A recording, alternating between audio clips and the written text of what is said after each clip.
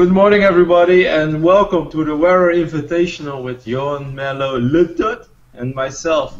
It's very, very early over here in Southern California, so kind of a rough morning for me, but this is what I do for you, Johan. A rough morning or late nights? Oh, you guys decide. I wake up at 7 a.m. to help you out, while I was even your backup bitch. How do you feel about this? Wait, it's only 7? I thought it was going to be like 5 for you. No, it's not only, so bad. It's 8 a.m., I know. But yeah, welcome to a normal person's lifestyle. Yes, every now and then, like I feel like the urge to complain on Twitter or on Facebook, like, man, I woke up really early today, and then I realize that half of the world is doing this, like on any given day, and I have no right to say anything.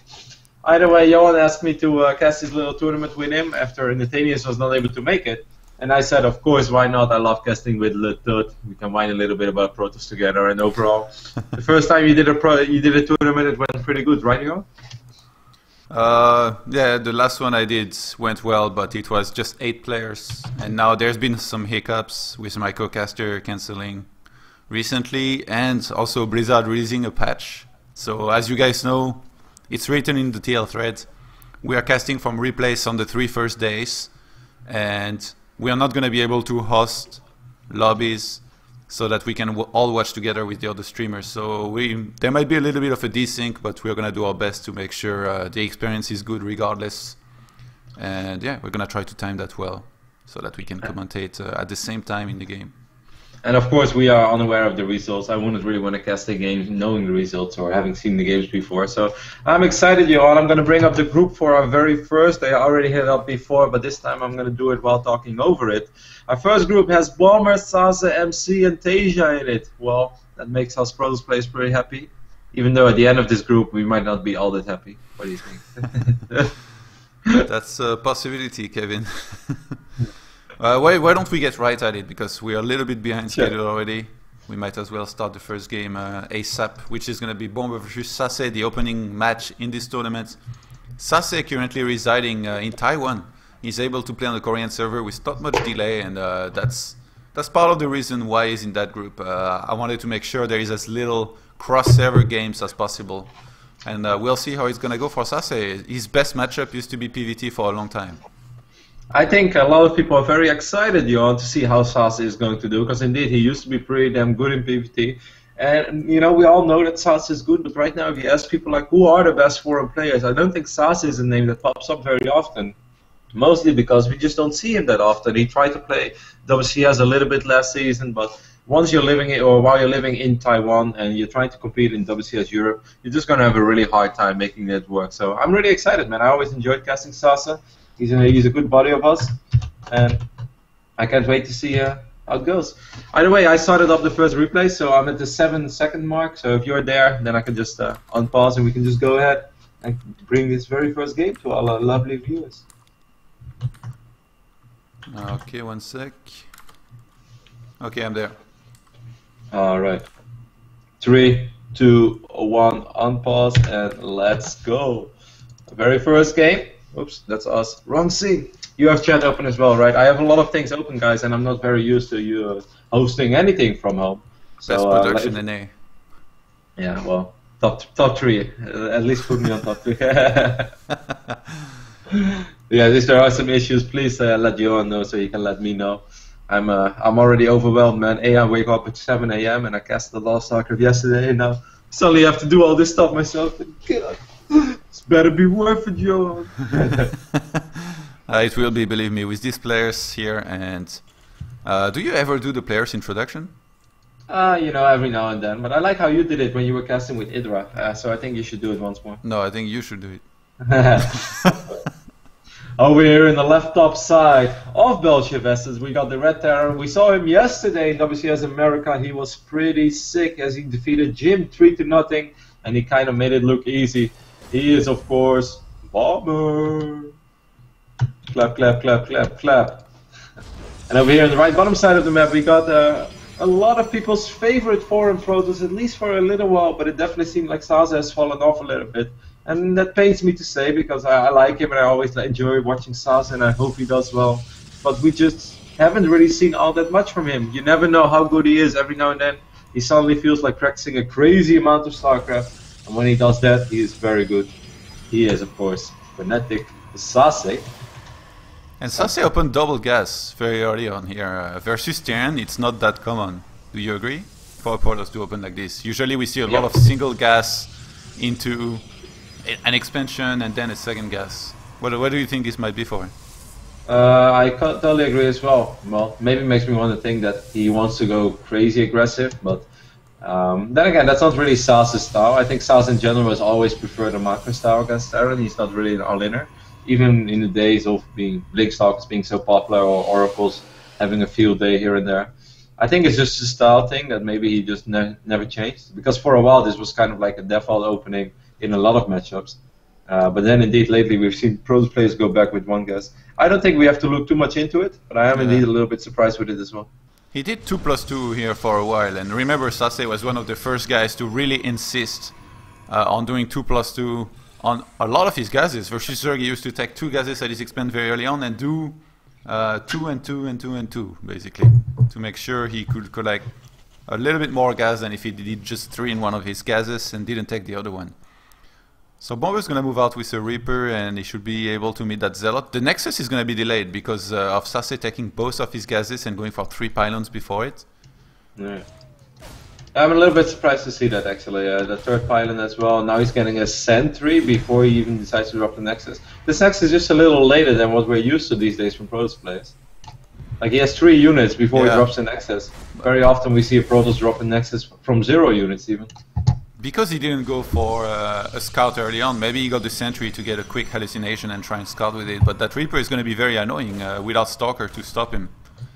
Yeah, even though the Mothership Core has a lot of DPS and it's kind of annoying. Like I must say, I'm always surprised by watching these. Ben, that's going to happen multiple times today. But I'm surprised to see how good pros are in not taking damage from Reapers, because whenever I open up, even if I have a Stalker, I often still end up losing 1 if not 2 probes, which I know is terrible and there's no excuse for it. But a lot of these guys make it look very easy, always have their Mothership Core in the right position and somehow take 0 damage. Yeah, I lose probes a lot too versus Reapers, but I guess that's the downside of casting on the side. And you're kind of like me as well. The moment you lose a probe, you're like, oh, might as well leave this game. Next. Nah, you're the worst for that. Every now and then. If I don't care about the ladder points anymore. We have a triple reps opening by Bomber as well, Johan, and that's also a little different than most Terrans are doing these days. Even when they open up with just a Reaper into reactor, and most of the time it's just 1 more barracks than a tech lab.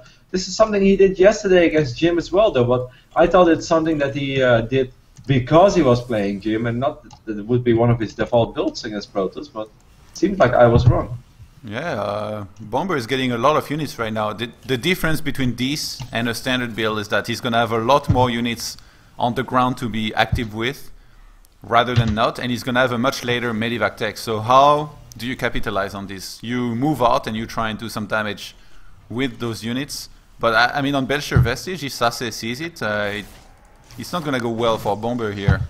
Especially since he's made so many sentries. He could force field, he could guardian shield, and it wouldn't go well for Bomber. And look, SaSe is proxying a pylon. Looks like he wants to go for an aggression. SaSe is also getting a Robo, and while he already has a Twilight console. What does this mean, Johan? I'm getting a little surprised. Yeah, SaSe has to be careful though. He just wants to get Blink and Ops, apparently. But look at this. Look at the units of Bomber.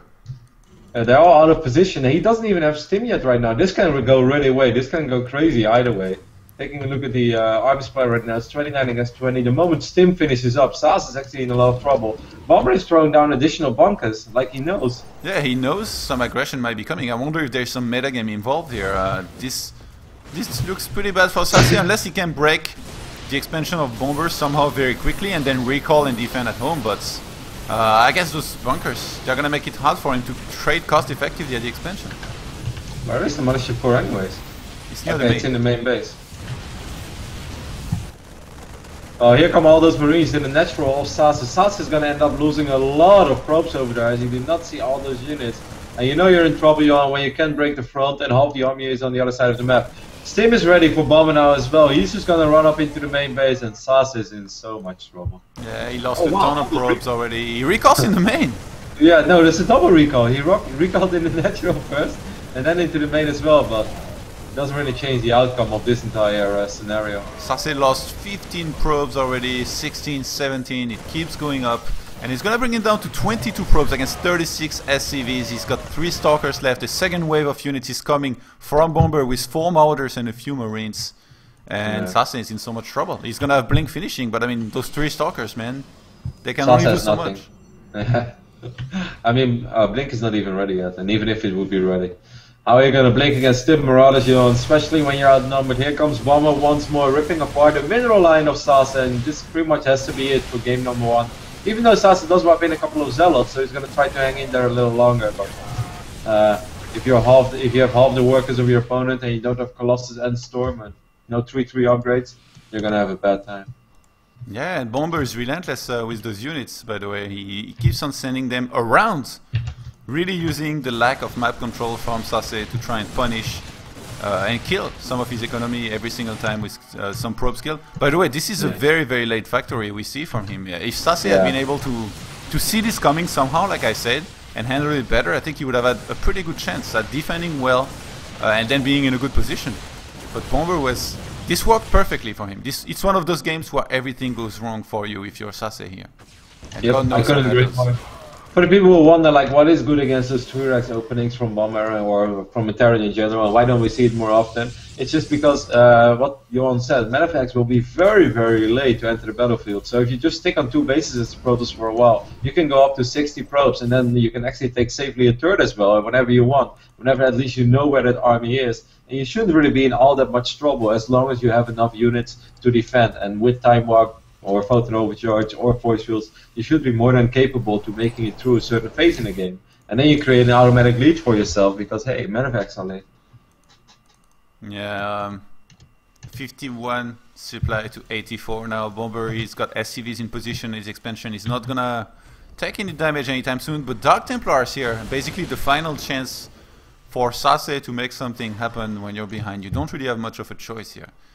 He's still on only 3 gateways, and he goes for a Robo Bay behind this. So I think he wants to go for Colossus. Yeah. Actually, he did a reasonable job at sort of recovering economically, as he's on 36 workers right now, which is almost at least you know, a 2-base saturation. But he is mining a lot of gas, so he still doesn't have that much mineral income from his second base. Maybe DTs will be the great equalizer, but I have a hard time imagining that as Bunker, as Bomber already has a missile turret in his natural, has a lot of bunkers over here as well. SaSe can be happy with that. Yeah, when Dark Templar is gonna try to get in there. A second one actually, and both of them are gonna die. SaSe realizing too late that there was the turrets up. Bomber planning for everything here. And those Dark Templars, man, they didn't last long. Never give up, never surrender. At TSWC when you played against a human player and you got them killed. 800 hit points unit and you still lost them. Good job. I was very angry. It happened more than once, Johan, in my career. I've lost them a lot. I know, some of them were against me. But, I killed that old man. I killed that old man on the horse a couple of times. That's what I was gonna say. A lot of peasants died to lightning shielded grunts too. Bomber send out 2 Medivacs full of units on the left bottom side of this map, and he's gonna once more run into the natural of SaSe. SaSe did have a sentry over there, gonna pop Guardian Shield, but it will still die immediately. SaSe is trying to make something of this game, but I'm afraid that he was just a little too far behind economically. Yeah, and Bomber's on the chase now. There's no Photon Overcharge ready. That Colossus is gonna come out to die right away. And this is a great timing here by Bomber that was hit, by the way. If he had waited a little bit more and he let SaSe get 2 or 3 Colossus, he might give him a chance. But now he basically secured the game completely by killing this. Yeah, anything could have happened from that point, especially because SaSe is on double forge as well. And crazy as it sounds, because SaSe lost so many workers early on, that means that he could stay on 2 bases a little while longer as well, because he was simply not mining that much. But Bomber all over it once more. Of course, he had a massive army lead, and that was only a small part of his army. But this time he is going to stim, and this is the stim to win, as GG was called, and Bomber was able to